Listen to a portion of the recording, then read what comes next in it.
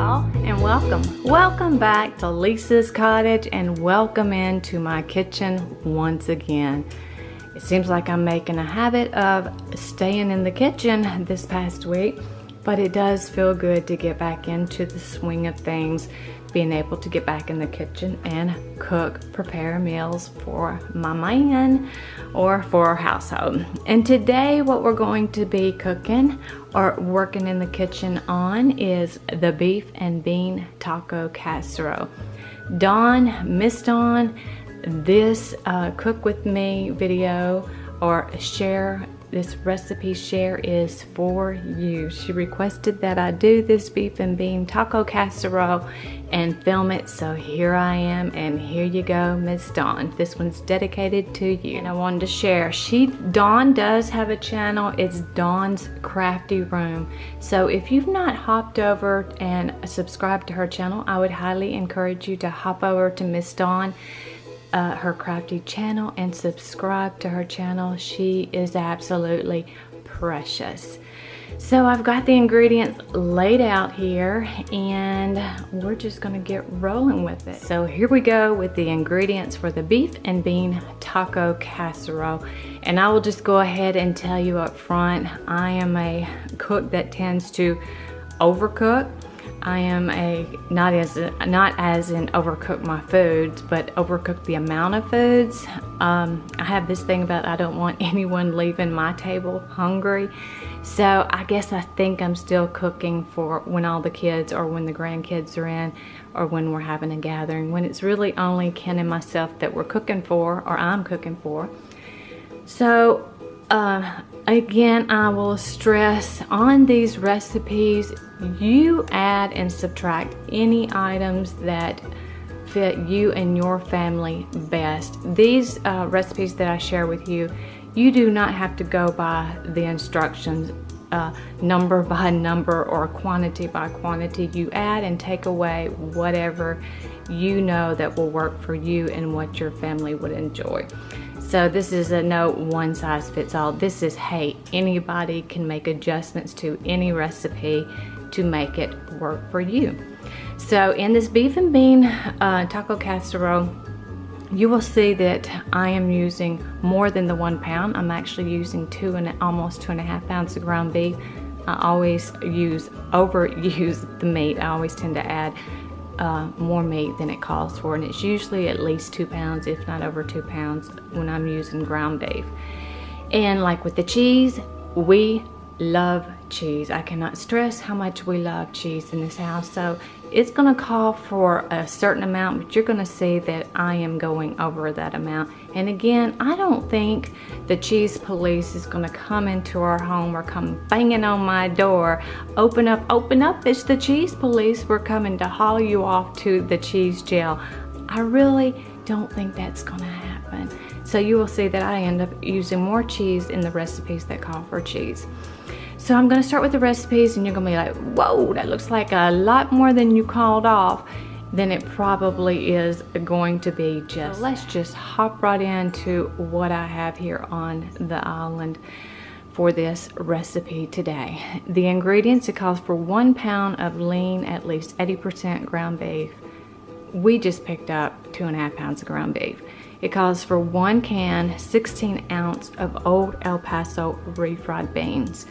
It calls for 1 jar of 16 ounce of old El Paso thick and chunky salsa. 1 package of 1 ounce old El Paso 40% less sodium taco seasoning mix. We do not use the less sodium. Neither one of us are salt restricted. A matter of fact, me being a pacemaker patient, a heart patient, and Ken's a heart patient too. He tends to run low blood pressure just like I do. But 3 things that my heart doctor asked of me to do. 1, sodium, sodium, sodium. 2, water, water, water. 3, exercise, exercise, exercise to push my heart to keep it strong and healthy. So we're not under a sodium restriction, so that's just gonna be a regular package of the old El Paso taco seasoning. 2.5 cups of coarsely broken tortilla chips. And I may have just a wee bit more than 2.5, but that's okay. And then it calls for a half medium green bell pepper chopped, about 3/4 of a cup. I may have just a wee bit more than that because we grew our bell peppers in our garden last year, just as we will be doing this year. And so I froze some chopped and some sliced bell peppers. So I just pulled out what I thought I wanted in this recipe, and that's what I thought, and that's what I'm using. It calls for 4 medium green onions sliced, which that would be about 1/4 of a cup. And then it calls for a cup of shredded cheddar or Monterey Jack cheese. I'm using Monterey Jack cheese, and it's calling for 1 cup. I'm using the whole 2-cup bag. And then it calls for 1/4 of a cup of sliced ripe olives. I just drained, rinsed the entire can, and I just sliced those. And then it calls for 1 cup of shredded lettuce. And I have that stuff out here on the island ready to be used. I'm gonna start with the ground beef that's over on the stove, and we're just gonna mosey on over there and take a look at that. And you know me, I am going to add extra seasoning. I don't know if it's just the southern gal in me that we add a lot of seasonings to our food, or if it's just the way that I cook and the way Let's get to putting this casserole together. Let's start with step 1 in the directions. I've already got the oven heated and it's already prepared, so it's heated up to 350. And then in the skillet I have the ground beef, and I'm gonna cook it over, it says medium high, but I'm gonna cook it low and slow. And it says about 5 to 7 minutes, but I disregard that and just cook it until it's completely brown. Stirring occasionally until thoroughly cooked, and then drain the grease, the fat off. And then we're gonna stir in our refried beans, salsa, and taco seasoning mix, and we're gonna reduce the heat and to medium, and heat to a boiling. Once that meat starts to boil, then we're gonna stir occasionally. But right now we're just going to cook that meat thoroughly. And the hamburger meat is just about ready to be drained, strained. It's already prepared the colander, the foil in a bowl, and I also like to put the bowl, I like to put a plate under the bowl just in case I spill just a wee bit or a lot of bit of the fat, the grease. Put a plate on the very bottom, and then one of our glass bowls, and then I put the foil in the bowl. Now I'm going to take the ground beef, the hamburger meat, and I'm just gonna pour it into this colander here and let all of the fat, the grease, drain off of it. And then I will put the drained hamburger meat back into the pan and move on to step 2. I think you've seen me do this before, and sometimes I'll just take it on out to the garage in that refrigerator and put it on the very bottom shelf and allow it to thicken so I can move on with the process of getting the fat put into a Ziploc bag and out of the house, because it does smell. So there's our ground hamburger meat, ground beef, our hamburger meat, cooked and drained. And for step 2, we're gonna stir in the refried beans, the salsa, and the taco seasoning mix. And we're gonna reduce the heat to medium and heat to boiling, and then remember to stir occasionally so it doesn't stick. And there we have our ground beef that's been drained. Now we're gonna add in these 3 ingredients. Refried beans in, salsa in, taco seasoning mix in. Now I'm gonna mix it up well. And now we're gonna put the lid back on it there. Put the lid back on it and let it come to a boil, but again, remember to stir it often. So while I'm waiting on the mixture over there to come to a boil, it says reduce heat to medium, which it is, and to bring to a boil, stirring occasionally. And while I am waiting on that to happen, that magic over there to take place, I'm having ungreased. It calls for a 2-quart casserole, and again, I pull out the largest Pyrex dish that I have, because I know I'm using 2.5 pounds of ground beef and a wee bit more ingredients than it calls for. So I'm gonna go ahead and place 2 cups of the broken chips in the bottom of the dish here, and it says ungreased. So we're gonna do it. Even though something in me says don't do it, I'm gonna do it. And that's what that looks like. And I have more chips and it's still in the bag that I can crumble to put on the top. And I'm thinking the last time I thought I might use taco shells, but I guess I decided to go ahead and go with the chips again.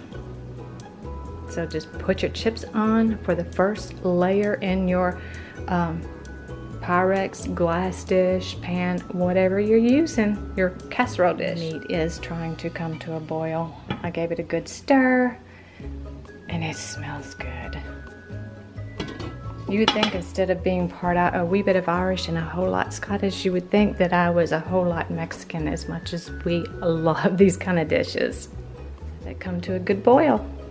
So here in my glass Pyrex casserole dish, I went ahead and put the whole 2.5, maybe 3 cups of the crumbled chips. And the meat is coming to a boil, so we will be bringing the meat over here. Directions read, step 2, in ungreased 2-quart casserole, place 2 cups of the broken tortilla chips, top evenly with beef mixture, and then we're going to sprinkle the bell pepper, the onions, 1 cup of the tomato, just the tomatoes, the cheese, and the olives, and then we're going to put it in the oven and let it do its big magic. Okay, so the ground beef mixture is ready. Now I'm going to be putting the ground beef on top of the crumbled up chips here and just layer it out evenly. So there is the beef mixture spread out evenly over the top of the crumbled chips. Moving on to the next, sprinkling the bell peppers, the onions, the tomatoes, the cheese, and then the olives. There's the bell pepper, and I didn't use all the bell pepper that was in that bowl. I just felt like that might be just a wee bit too much of bell pepper. Next step, onions. Green onions, and I didn't use all the green onions. There's the onions, green onions added, tomatoes added. Can we say a cheese, please? Now moving on to the black olives, and there we go. A whopping lot of black olives. It did not call for that many olives, but I just went ahead and used the entire can. We both love olives. Again, make these recipes your own, not mine or not someone else's. Take away, add to, whatever you and your family absolutely love. Throw it in there. Or if you've seen something that you didn't like ew, bell peppers, no. Or ew, raw tomatoes, no. Take them out. And now we get to move on to the step 3 of the directions here of the beef and bean taco casserole, which it reads, bake uncovered 20 to 30 minutes or until hot and bubbly and cheese is melted. And then top the baked casserole with your lettuce, remaining tomatoes, and remaining chips. Now I'm going to put this dish in the top oven over there and let it do its magic in there and put the wonderful smell of, might be like, ew, gross. You didn't have to share that with us. But that's what I'm talking about there. Put a plate under the bowl and put the foil inside the bowl that you have your colander sitting in when you're draining the fat or the grease off of your ground beef or hamburger meat or whatever kind of meat that you're cooking, and you drain the fat and the grease off. That's what it looks like. And I'm just gonna wrap it up and put it in this Walmart bag here that I was using to put my trash in. Just like that, and you just wrap it up and put it in a bag, and probably put it in your large garbage bag and take that bag out so you can get the smell out. Tie the bag up, put it in the larger garbage can, and then I will be taking this outside, getting it out of the house. And this is what we have going on right at 20 minutes. The timer's fixing to go off, so it needs to go a little bit longer, but I can smell the chips in it, so we don't want those to burn. So maybe another 10 minutes and we'll pull it out. Or 15, now that we've held the door open that long. It's doing a little bit of popping and bubbling. And as you can hear, the timer went off on the extra 10 minutes. That's been 30 minutes total thus far. I'm actually gonna call that done, because when we heat it up for dinner tonight, and can you believe it's only 11:38 and I already have a dinner not only prepped, recorded, it's cooked, it's ready. Yay, that's exciting. Well, now that it's done, I'm done. I have a couple more pieces to wash up and get the dishwasher turned on. I didn't want that running while you're trying to hear me or it aggravates you, so I can get my dryer going again, my dishwasher going, and get those chores done for today. Dinner's done, and then I probably will be done myself for the most part and just enjoy the rest of the day doing or piddling around probably. But this is where I'm going to say, until we meet again, you all take good care and bye-bye. That's just behind the scenes. And then this was my bag that I was throwing my wrappers or something I had dropped on the floor. I would just throw it there in the bag, or my gloves that I used when I did the first crumbling of the hamburger meat. But that's what it looks like behind the scene. And then of course when we're doing the edits and we see our lighting reflecting in a piece of glass, we're like, oh, really?